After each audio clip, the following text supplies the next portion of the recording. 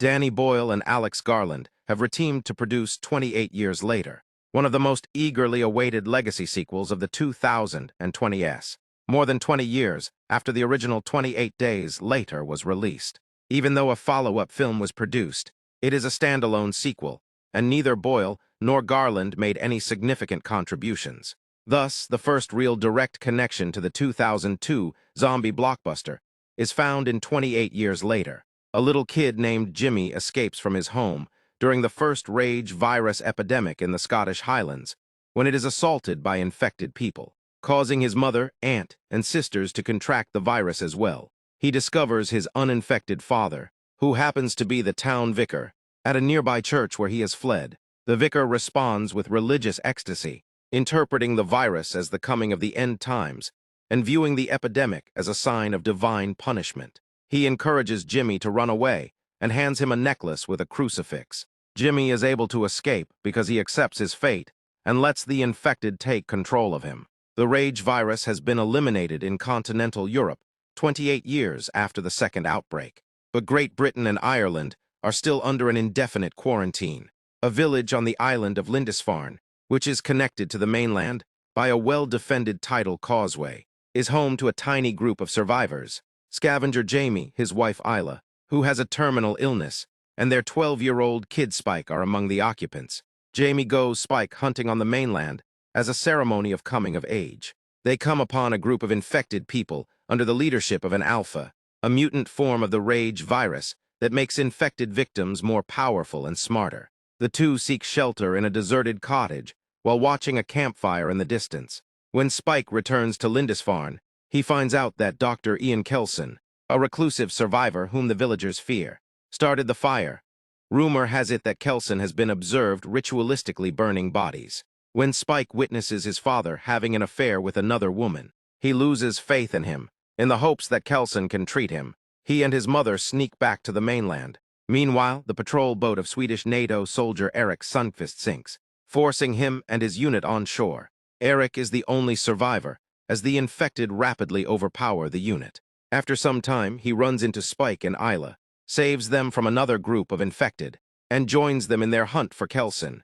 Later, the group discovers an uninfected baby being born to an infected pregnant mother. Eric murders the mother and gets ready to murder the child, but an alpha steps in and murders him instead. Kelson shows in and uses a blow dart laced with morphine to subdue the alpha.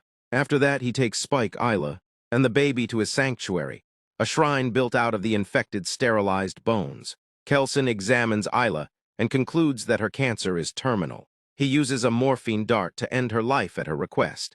Spike climbs to the top of the temple and sets her cleansed skull there as a memorial when he gives it to him. Spike and Kelson are able to get away after another run-in with the alpha. Spike leaves the baby, whom he names Isla, at the village gate and heads back to Lindisfarne by himself. In a letter to Jamie, he explains the child's background and promises to come back when he is ready. Jamie tries to follow, but the rising tide stops him. A cult of survivors led by a man going by the name Sir Jimmy, and wearing the crucifix his father gave him during the original outbreak, saves Spike. 28 days later, as he flees a group of infected on the mainland. The film depicts how the survivors have rebuilt their lives, and is set almost 30 years after the original epidemic. As the title implies, the infected have changed. Some are now slower and eat worms, while others, who are now under the Alpha's leadership, are still as swift and menacing as those we initially saw in the original movie. Spike Alfie Williams and his first trip from the remote island where he lives to the mainland are the primary subjects of the story. He develops his confidence and character throughout, learning to handle a lot more than simply the infected. But knowing that this is only the first of 3 films, Garland and Boyle seized the chance to reveal the ending in a way that left more questions than answers. Spike discovers a doctor who might be able to assist his ailing mother, Isla Jodie Comer, after traveling to the mainland with his father, Jamie Aaron Taylor-Johnson.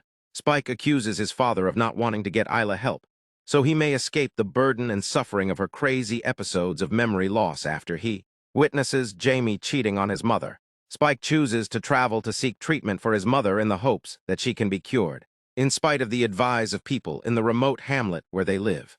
Since Spike is just 12, there is a recurring motif of his ignorance about the pre-apocalyptic world.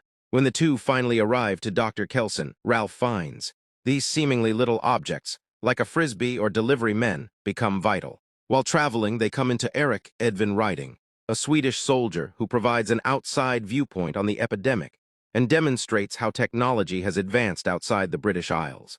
However, the Alpha viciously rips off his head. Spike and Isla, who are now with a baby girl born by one of the infected, are saved by Dr. Kelson. Nevertheless, the human newborn is virus-free. Kelson leads them to a large open area where he has constructed trees out of the remains of the deceased. Spike learns from him the Latin expression, memento mori, which means remember you must die. When Dr. Kelson verifies that his mother has cancer, Spike is able to accept her death because of these lessons. At first, Spike is unable to comprehend the severity of the illness and the accompanying lack of a treatment, because he has not lived in a culture other than that of the infected. But after being sedated, Kelson voluntarily puts his mother to death, and Spike honors her life by placing her skull on a monument of heads. Spike is unable to go back home after everything he has seen, and the revelation that the actual world differs greatly from what he has been taught. Nestled inside a shopping basket with the infant, called Isla after his mother, he leaves a note at the neighborhood gates. He tells his father that he intends to travel as far as he can before the water is out of view. But when the infected start running in his direction, his quest is cut short. Despite shooting the initial few, he is quickly outnumbered, and his route is blocked by a wall of rocks. Fortunately, a mysterious man with long blonde hair, Jack O'Connell, asks him if he can help him while wearing a cross around his neck. At his command, a gang of people with similar hairstyles, all wearing brightly colored tracksuits a la Aligi, leap down and mercilessly eliminate every infected person in their path. The guy then tells Spike that he is Jimmy. In a clip from the early days of the breakout, Jimmy appears on screen as one of the first characters in 28 years later. A group of young children, including Jimmy, are shown watching the Teletubbies on television in the opening scene, which is set in the Scottish Highlands. All that is visible is a spatter of blood on the TV screen, but Jimmy's mother is powerless to stop the infected from breaking down the door and starting to savage the kids as she begs them to remain in the room. Jimmy is at the epicenter of all the violence, witnessing the infected attack children and even adults. Nevertheless, Jimmy escapes the house and runs in the direction of a church after his mother yells for him to flee. Before he accepts his fate, Jimmy's father, who is revealed to be a priest, gives him his cross necklace. As the infected run towards him, hysterically celebrating his fate, he spreads his arms wide, telling his kid that the virus is saving humanity and that it is a means of salvation from sin. Jimmy hears these final words from his father before he is mercilessly murdered and infected. Before the film turns to Spike's story, Jimmy manages to hide beneath the church floor and avoid infection. The film's ending reveals that Jimmy has lived and continues to wear his father's necklace, creating a cult-like group of people who all have similar names and dress like him. Jimmy's retention of his father's cross implies that his ideas were inherited by his son, and the story of salvation can reinforce his cult's beliefs. Jimmy can still be heard utilizing the 1, 2, 3, 4 count from the Teletubbies show, even though the specifics have not yet been thoroughly examined. Spike's character will probably be further explored in the sequel now that he is with Jimmy.